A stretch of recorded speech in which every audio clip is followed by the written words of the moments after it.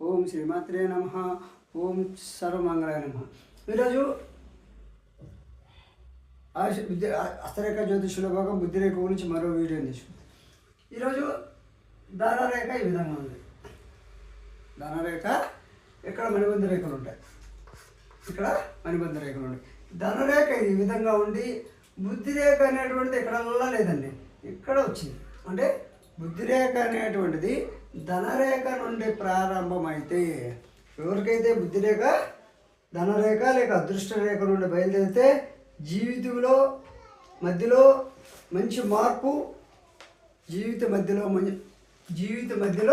మంచి మార్పు చెందువారుగా ఉందరు. అంటే జీవితంలో మంచి మార్పు వస్తుంది. బుద్ధిరేఖ అదృష్ట రేఖతో కానీ ధనరేఖ, అదృష్ట రేఖ లేక ధనరేఖ రెండు ఒకటే. జీవితం మధ్యలో మంచిగా మార్పు చెందేవారుగా చురుకుతనం కలిగి పైకి వచ్చుట, చురుకుతనం బాగా వచ్చు. అంటే ఇప్పుడు దాకా కష్టాలు పడ్డాడు కాబట్టి అన్ని వచ్చిన అవకాశాన్ని చురుకుగా నెరవేర్చుకొని అభివృద్ధిపరచుకొని పెద్దవారి సహాయ సహకారం కూడా తీసుకొని తెలివితేటల వలన పైకి వచ్చును. తెలివితేటల వల్ల అంటే మధ్యలో వచ్చింది కాబట్టి అప్పటి వరకు ఉన్నటువంటి తన అనుభవం ద్వారా వచ్చిన తెలివితేటలను ఉపయోగించి పైకి వచ్చే వారికి ఈ బుద్ధిరేఖ అదృష్ట రేఖ నుండి బయలుదేరును. అదేవిధంగా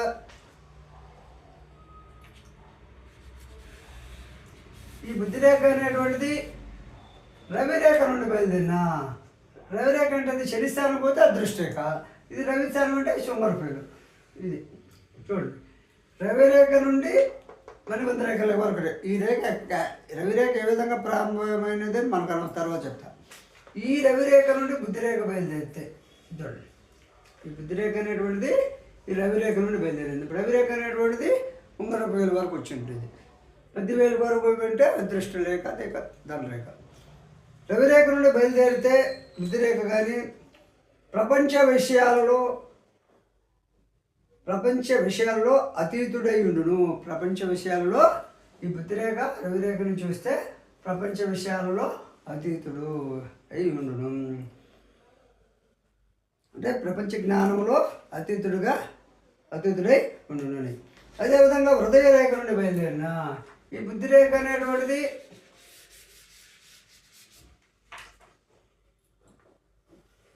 హృదయ రేఖ. ఇది హృదయ రేఖ. ఈ హృదయ రేఖ నుండి బుద్ధిరేఖ ఎవరికైతే బయలుదేరి వస్తుందో చూడండి, బుద్ధిరేఖ అది స్టార్టింగ్ కావచ్చు, మధ్యలో కావచ్చు, అడిగిన కావచ్చు, వేరే ఉండాలి. ఇప్పుడు ఏడిచ్చైనా బయలుదేరి రావచ్చు, లేదా ఒక్కోసారి రేఖ ఎలా ఉంటుంది కదా, ఎలా కూడా రావచ్చు, ఏదైనా రావచ్చు. అంటే ఎక్కడి నుంచైనా బుద్ధిరేఖ ఈ హృదయ రేఖ అనేటువంటి దాని నుండి వచ్చి కిందకు రావాలి. ఇలా వస్తే హృదయ రేఖ నుండి బుద్ధిరేఖ ఎవరికైతే బయలుదేరి వస్తుందో వారికి చుట్టూ మరియు భార్యాబిడ్డల వలన భార్యాబిడ్డల వల్ల కానీ మంచి సహాయం ఉండును. మంచి చుట్టూ ఉన్న వారితో వల్ల లేదా భార్యాబిడ్డల వల్ల మంచి సహాయం ఉండును. అదేవిధంగా భార్యకి లోబడి ఉండును. అదేవిధంగా స్త్రీలోలుడై ఉండును. భార్యకి లోబడి ఉండుట, స్త్రీలోలుడై ఉండుట జరుగును. అదేవిధంగా విడిగా ఉండుట వల్ల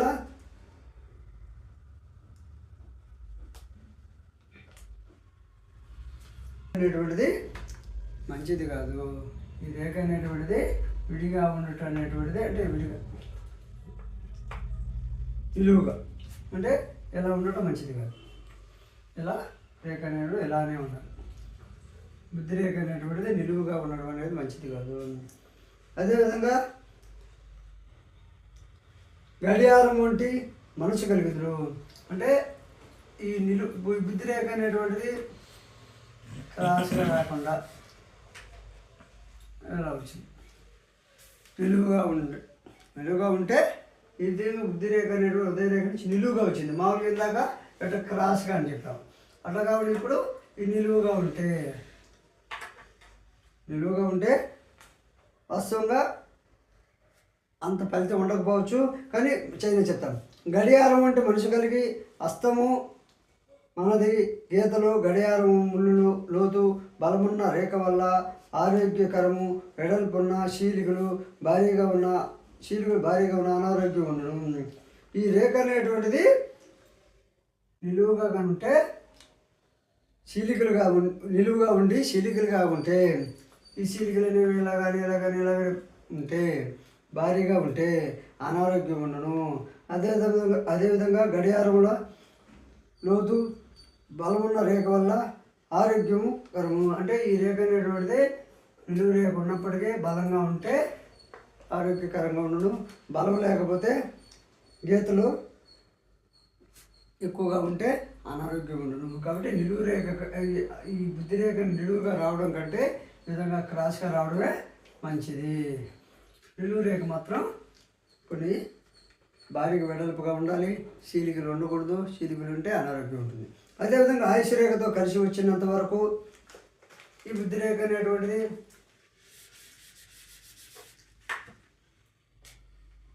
ఇది ఆయుష్ రేఖ. ఆయుష్ రేఖతో ఎలా వచ్చింది చూడండి. ఈ బుద్ధి రేఖ అనేటువంటిది ఆయుష్ రేఖతో కలిసి 7 దాకా వచ్చింది. 7 దాకా కలిసి వచ్చింది. 7 నుంచి విడిపోయింది.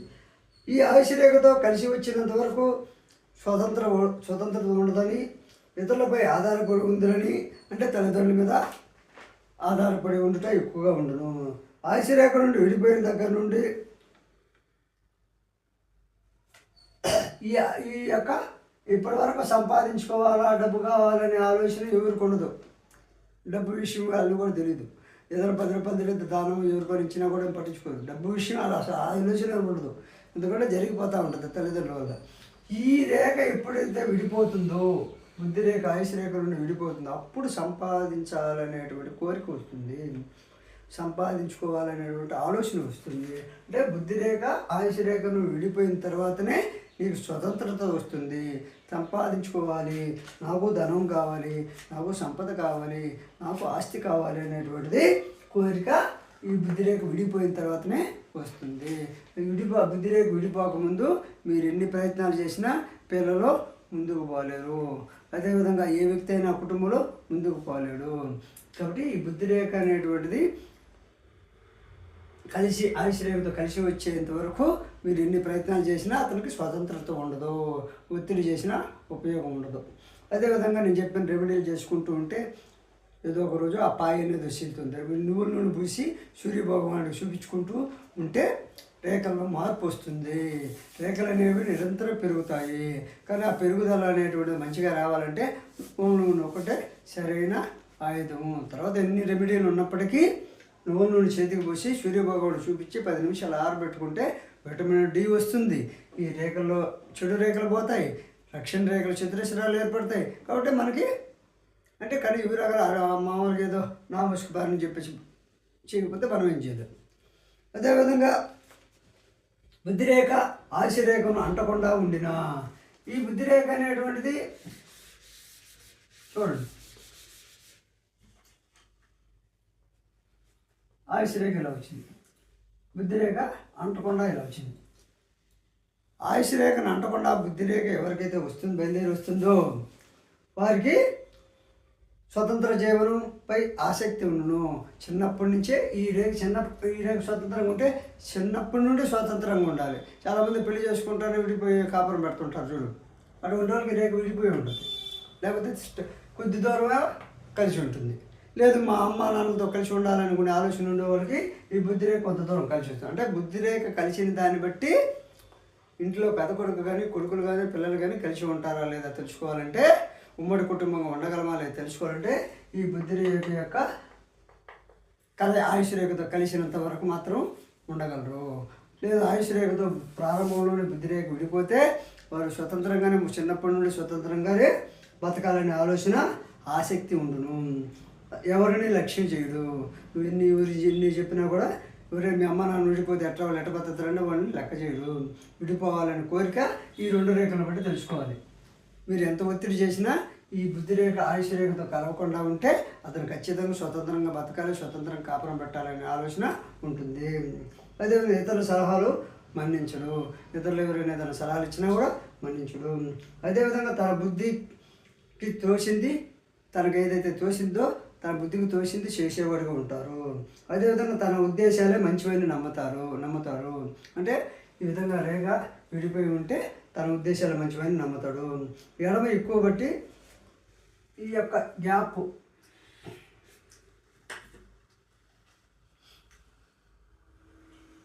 ఈ గ్యాప్ అనేది బుద్ధి రేఖకి ఆయుష్ రేఖ గ్యాప్ ఎక్కువగా ఉన్న ఎడల అపాయములు సూచించును. అంటే ఈ ఆయుష్ రేఖ ఈ బుద్ధి రేఖ యొక్క గ్యాప్ని బట్టి వారు తీసుకునే నిర్ణయాలు అపాయాలకు గురి చేస్తాయని తెలుసుకోవచ్చు. అంటే ఈ గ్యాప్ని బట్టి మీరు పిల్లల యొక్క భవిష్యత్తుని నిర్ణయం తెలుసుకోవచ్చు. కాబట్టి ఇప్పుడు చెప్పినటువంటి వీడియో కానీ నచ్చితే లైక్ చేయండి, షేర్ చేసి సబ్స్క్రైబ్ చేయండి.